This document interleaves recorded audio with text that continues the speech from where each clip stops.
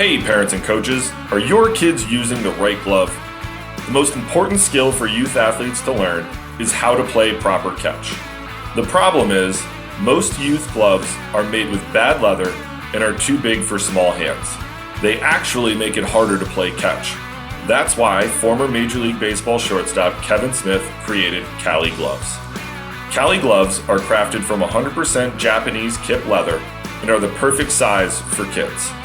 All Cali gloves come with palm slits, finger loops, and elastic wrist lacing that encourage proper hand placement, the right closing patterns, and give kids more confidence to go make plays. Cali gloves even allow parents to break in the glove without stretching out the fit. It's the glove Kevin wishes he had growing up, and the glove all his teammates want for their kids. Visit caligloves.com to learn more and help your kids play better catch. That's Cali Gloves, K-A-L-I gloves.com. Welcome to this week's edition of In the Clubhouse with EMD. I'm Andy Kirikides, joined by my wonderful co-host, Mr. Keith Glasser. How are we doing today? Great. How are you? Good. We're going to tackle a question that we received from a listener.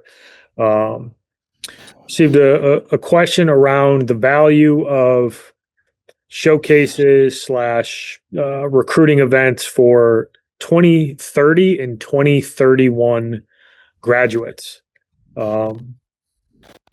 Seemingly, this guy was given some decent information around probably wanting to wait a little bit before you do any of that type of showcasing, but I figured it was worth a couple minutes of our time to kind of explain why that is the case. And I think in general, if you're a 2030, you're an eighth grader, I believe, or even a 2031 who's a seventh grader, the value of going to a PBR event or a perfect game event, and this isn't negative talk on those two companies, just for example, that's what most people relate this to.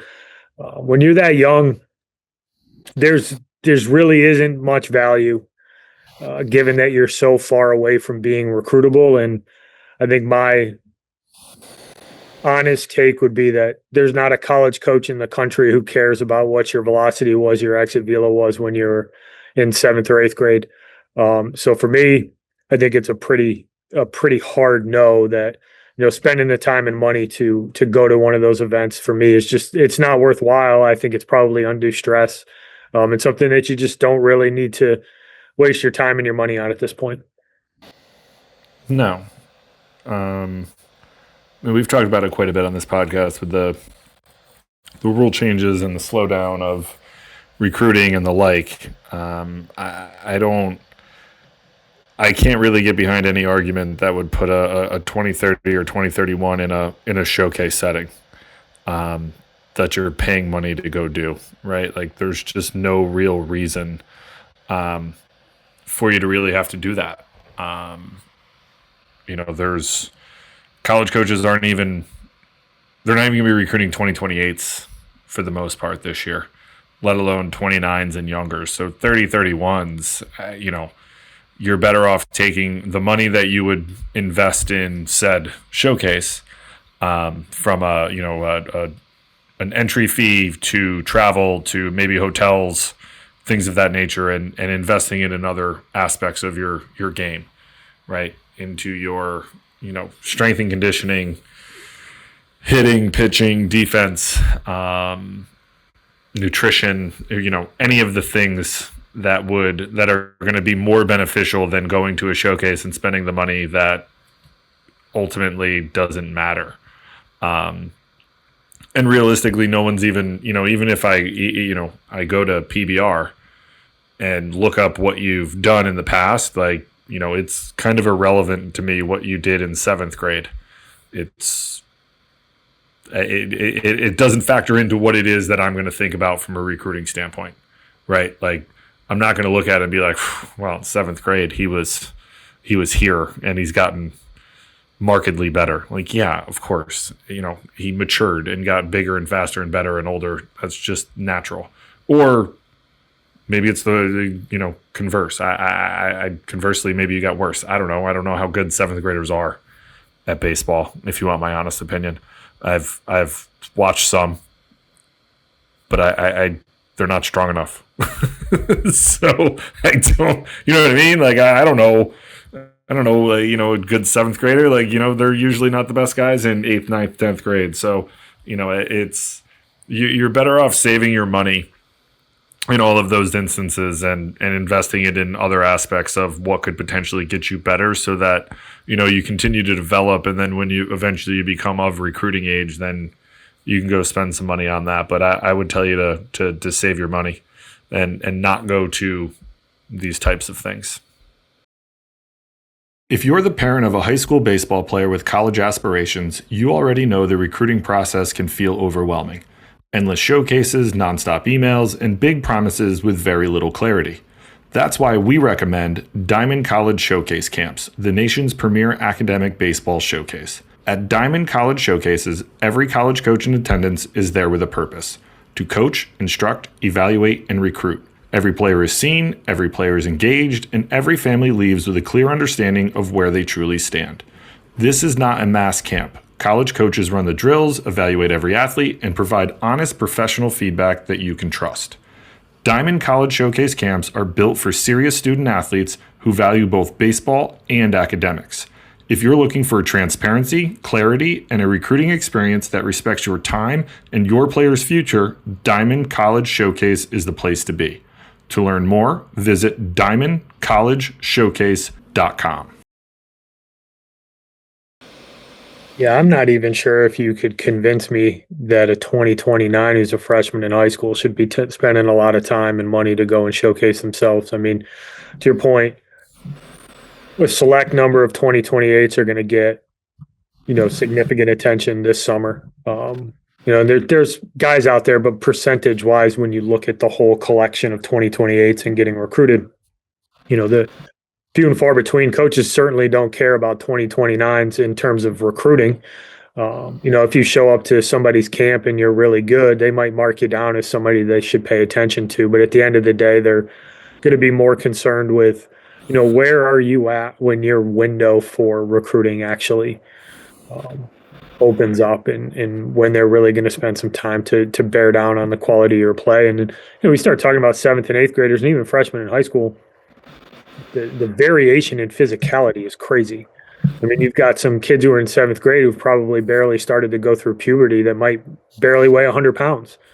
And that kid might put on 50 pounds in the next 2 years. And, you're talking about a completely different athlete. They might grow 6 inches. They might put on 50 pounds, which isn't, it sounds like a lot of weight, but, when things happen quick when you start to hit that growth spurt. And, so to your point. Yeah, like if you're 5'3", 85 pounds, and all of a sudden you're 5'10", like you're not going to be 85 pounds. All of a sudden you're 130. Like it's 50 pounds of weight. Yeah, it's a big difference. And we mentioned this, and I just think when you're at that age, 7th and 8th grade, is just make sure that they really like it. Make sure that they really love it. And, when their time comes, whether it's, after their sophomore year or, if it's in their junior year, whenever their window comes, you want them to be ready for the recruiting process, but you also want them to enjoy the stuff that they're going to have to do to get recruited. And I think that sometimes this pressure that is undue for a lot of younger kids can get in the way of them really enjoying it. And I think when you send a 7th grader to an event, I think you're introducing them into, and some people might argue the opposite of this, but I think that you're throwing them into the world that they don't need to know anything about right now. They need to know that baseball should be fun and they should really enjoy it and they should really enjoy competing and not worrying about throwing to a radar gun or just going out there and enjoying being with your teammates and playing your butt off and learn the fundamentals of the game, learn how to play the game, learn how to be a good teammate. I think that would be my focus if I was a father of a 7th grader right now is let's make sure that they freaking enjoy showing up to the field every single day. I think that's a really good place to start. Parents, if you've ever felt overwhelmed trying to navigate youth sports, there's a new resource designed just for you, Team Match. Team Match is an online platform built to streamline how families find the right youth sports teams by location, sport, and skill level, all in one place. It also provides a safe, organized space for kids to share their accomplishments, stats, and highlights while giving coaches and teams a clear way to connect with athletes who are the right fit. Less searching, less stress, more confidence in the process. Youth sports just got simpler for families. This is Team Match. Check it out today at teammatchsports.com. And I think it's a hurry up to what, right? You know, I think people feel pressure from the interwebs with the showcases and the metrics and we're ranking 9U kids now, and these just random ranking things that are popping up, and people feel this pressure that they have to do this stuff when it doesn't. Like seventh grade, and correct me if I'm wrong, but that's generally the first time you're on a 60 foot 6 inch 90 foot base field, right? I don't even, because that's modified. yeah, I was young for my grade, but I think that like I didn't get to a big field until I was 13. Yeah, which is generally like 7th, 8th grade. In 8th grade. Yeah. Yeah. But still, like my point is, like, if you're a 20, 30, if you're a 7th grader or 8th grader and you're gonna go showcase that you might not even be strong enough to hit the ball out of the infield or throw it across the diamond. And your 60 time is probably going to be horrific. And, you laugh, and we're probably going to talk about this on a different podcast where, I can elaborate more on it. But, like, I went through some things today because I saw some absurd ranking things that were going on.